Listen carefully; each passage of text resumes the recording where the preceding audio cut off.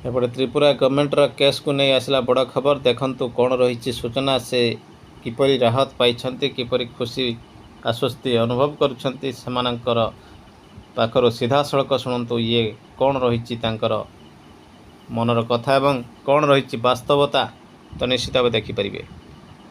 शिक्षक साथियों, हमने इस समय देश की सबसे बड़ी अदालत भारत की माननीय सर्वोच्च न्यायालय सुप्रीम कोर्ट दिल्ली के प्रांगण से आप लोगों को कुछ महत्वपूर्ण अपडेट, जिस अपडेट के लिए भारतवर्ष के तमाम हमारे प्राथमिक शिक्षक संघ ही नहीं पूरे देश के लाखों लाख शिक्षक जो 1 सितंबर 2025 की टेट अनिवार्यता के माननीय सर्वोच्च न्यायालय के आदेश से प्रभावित हो रहे थे, उनके लिए एक अहम दिन था। क्योंकि 1 सितंबर 2025 के आदेश के बाद जो देश में शिक्षकों के अंदर हताशा थी, निराशा थी कि 2 वर्ष के अंदर यदि वो टेट पास नहीं करते हैं तो उनकी नौकरी जा सकती है। ऐसे में तमाम शिक्षक संगठन और सरकारें रिव्यू में गई थी। लेकिन उसके पहले ही, जैसा कि हमने पूर्व में भी वीडियो में बनाया था, कि हमारे त्रिपुरा के शिक्षक साथियों का एक अत्यंत ही महत्वपूर्ण केस था, जो कि त्रिपुरा सरकार बनाम सजल देव के नाम से आप त्रिपुरा के हाई कोर्ट से जीते थे और माननीय सर्वोच्च न्यायालय में त्रिपुरा सरकार आई थी, और जिसमें इनके भी केस टेट की अनिवार्यता को लेकर था। नियमितीकरण का मामला था, लेकिन टेट अनिवार्य है कि नहीं उसको लेकर था। लेकिन 1 सितंबर के आदेश के बाद इनके लिए भी मूल प्रश्न हो गया कि आप सेवा में बने रहने के लिए टेट अनिवार्य है कि नहीं है। तो ऐसे संदर्भ में आपका डेट 13 अक्टूबर को पड़ा था, और ये हमारे साथ जो याची हैं, सजल देव जी हैं, अभिजीत जी हैं, और इनके विद्वान अधिवक्ता जो आए हैं, और कुछ साथी ऐसे कह रहे थे कि ये 13 अक्टूबर का केस जो है त्रिपुरा का, ये तो 1 सितंबर के केस से प्रभावित होकर वहाँ मानी, चूंकि वही न्यायाधीश हैं, वही न्यायालय है, तो वो सीधे से कहेंगे कि आप जाइए भाई, जो 1 सितंबर का फैसला हुआ है 2 वर्ष में आप टेट करिए, टेट पास करके आइए, तब बात हो।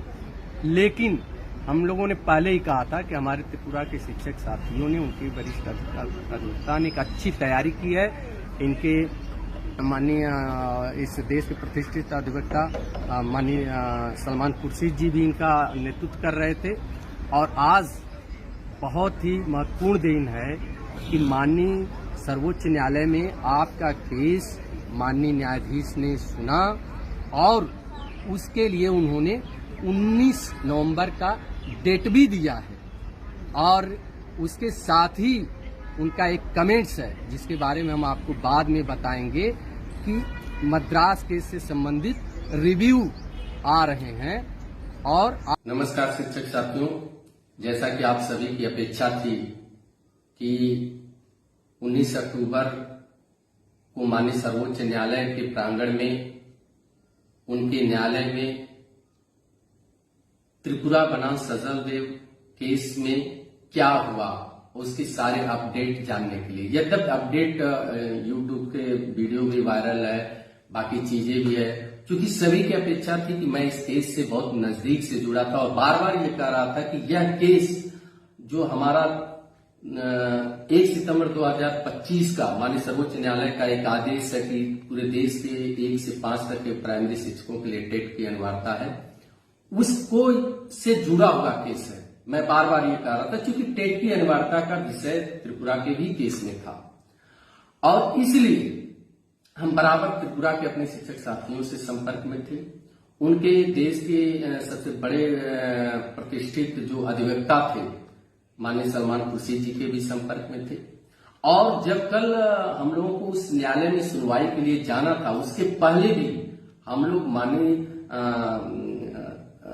अपने जो प्रतिष्ठित सम्मानित अधिवक्ता है सलमान खुर्शीद जी के साथ उनके चेंबर में बैठ कर उनकी टीम के साथ इस केस पर काफी हम लोगों ने चर्चा पर चर्चा किया, और हम लोगों का ये प्रयास था कि किसी तरह ये टेट अनिवार्यता का जो मुद्दा है उस पर ये केस स्टैंड करे, क्योंकि वही कोर्ट है, वही न्यायाधीश है, वही विषय टेट अनिवार्यता की है, तो पक्का है कि माननीय न्यायाधीश कहेंगे। तो इस संदर्भ में हमने तो फैसला पहले ही दे दिया है, इसलिए बहुत ही बारीकी से पॉइंट को तैयार किया गया था। और कल के विषय में सिर्फ इतनी तैयारी की गई थी कि हमारा केस स्टैंड करे, क्योंकि हमें अंदेशा था, हमारे शिक्षक साथियों को अंदेशा था, हमारे विद्वान अधिवक्ता को अंदेशा था कि त्रिपुरा गवर्नमेंट स्पष्ट मांग करेगी केस को डिसमिस करने की। और वही हुआ। जैसे ही पटल पर त्रिपुरा सरकार बनाम सजल देव का केस आता है तो त्रिपुरा सरकार स्टैंडिंग काउंसिल के हमारे अधिवक्ता कहते हैं कि सर आपने तो 1 सितंबर 2025 को बहुत स्पष्ट स्टेट अनिवार्यता के विषय में पूरे देश के लिए एक आदेश दे दिया है, जिसके तहत इनको 2 वर्ष का मौका दिया गया है। और हमारे यहाँ तो त्रिपुरा सरकार ने 5 साल का मौका दिया था, यानी 2022 में उन्होंने कहा था और 27 में करना है, जिसको माननीय न्यायाधीश भी एडमिट करते हैं और कहते हैं कि ऑलरेडी हमने तमिलनाडु के केस में 1 सितंबर 2025 को आर्टिकल 23 के पैरा 2 के तहत पूरे देश के टीचरों के लिए टेट की अनिवार्यता को आदेश दे दिया है और उसमें 2 वर्ष का छूट भी दिया है। फिर यहां से हमारे शिक्षकों की लड़ाई लड़ रहे वहां विद्वान प्रतिष्ठित अधिवक्ता सम्मान खुर्शीद जी हस्तक्षेप करते और उन्होंने कहा, बहुत स्पष्ट कहा कि हमारे ये शिक्षक साथी उस आपके आदेश में यानी कि आर्टिकल 23 के पैरा 2 में नहीं आते। क्यों?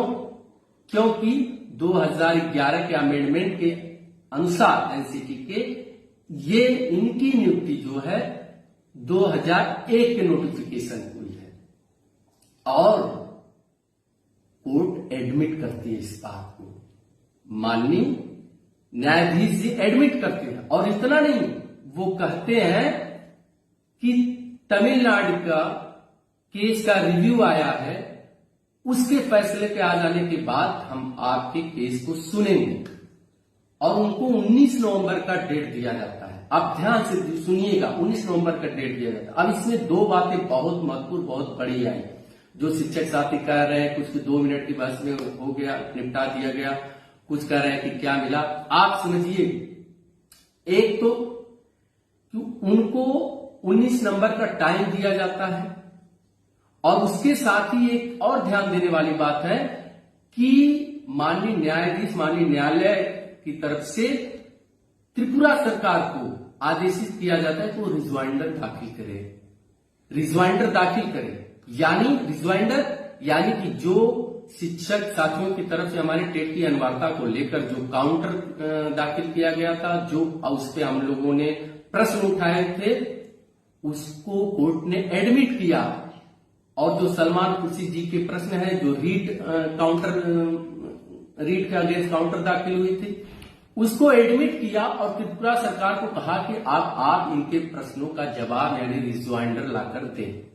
और दूसरी सबसे बड़ी बात, कल ओपन कोर्ट में माननीय न्यायाधीश ने कहा कि तमिलनाडु के केस का रिव्यू आया है, इसके फैसला आ जाने के बाद हम आपको सुनेंगे। ये बहुत महत्वपूर्ण बात है। आप सोचिए कितना महत्वपूर्ण बात है कि अभी तक तमाम शिक्षकों में ये हताशा, निराशा थी। तमाम विद्वान लोग, तमाम शिक्षक संगठन के लोग ये कह रहे थे कि रिव्यू में जाने से क्या फायदा होगा, रिव्यू में सुना जाएगा कि नहीं सुना जाएगा, मे बी पॉसिबल ज्यादा से ज्यादा चांस है नहीं सुना जाएगा। कल माननीय न्यायाधीश ने स्पष्ट कर दिया कि तमिलनाडु केस में रिव्यू आया है और उसको सुना जाएगा, उसके फैसले के बाद आपकी सुना जाएगा।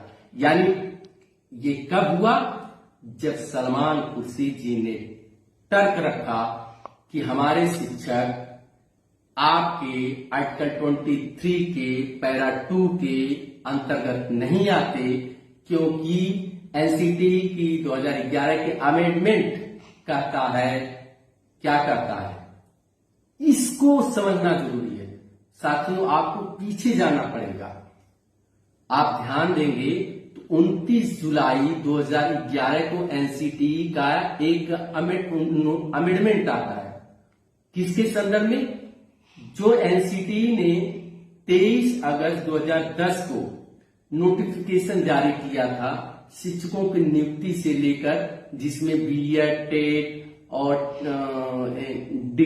डिग्री में 50%, जो सारे कई पैरा उसमें है, उसमें पैरा 5 जिसका वहां उल्लेख किया गया है, पैरा 5 जो कहता है कि वो शिक्षक जिनकी भर्ती प्रक्रिया जारी थी इस अमेंडमेंट के तिथि के पूर्व, जिनका विज्ञापन हो चुका था, उनकी नियुक्ति का 2010 के नोटिफिकेशन से नहीं बल्कि उनकी नियुक्ति का जो आधार है वह 2001 के नोटिफिकेशन से है।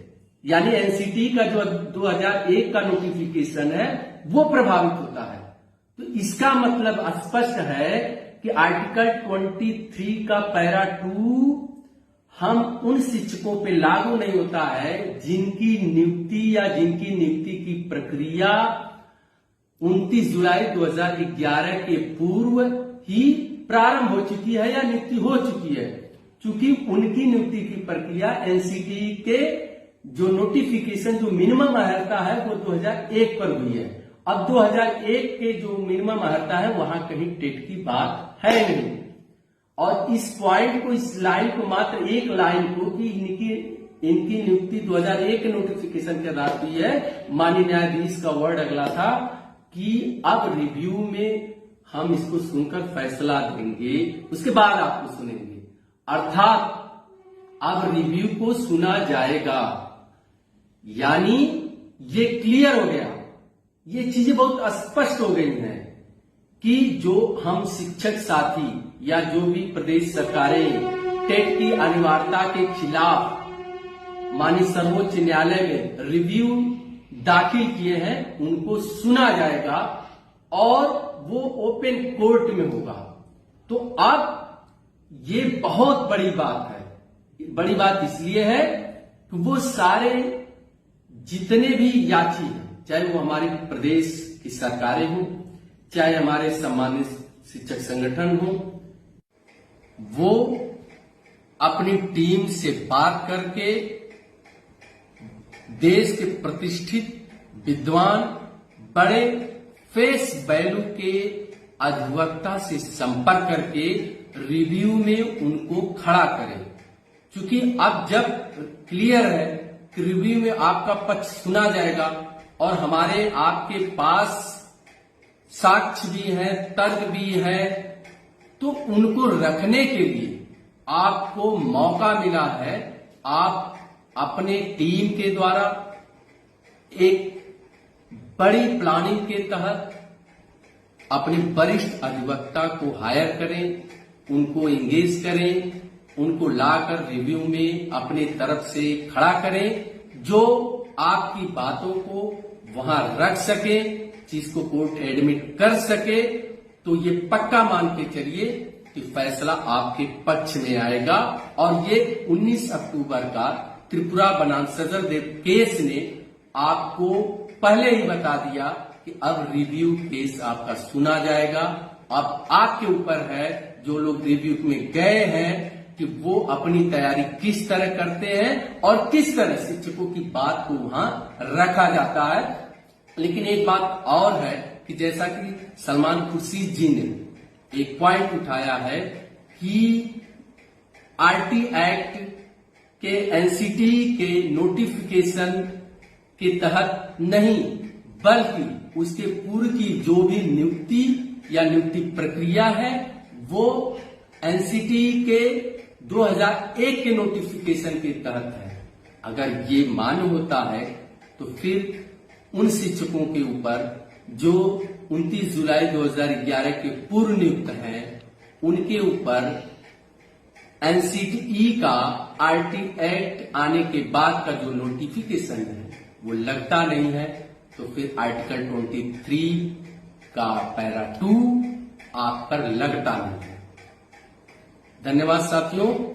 और इससे जुड़ी और भी जो अपडेट होगी हम आपको देंगे।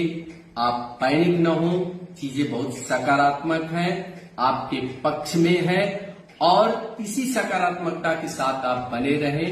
आने वाला फैसला भी आपके पक्ष में होगा। धन्यवाद।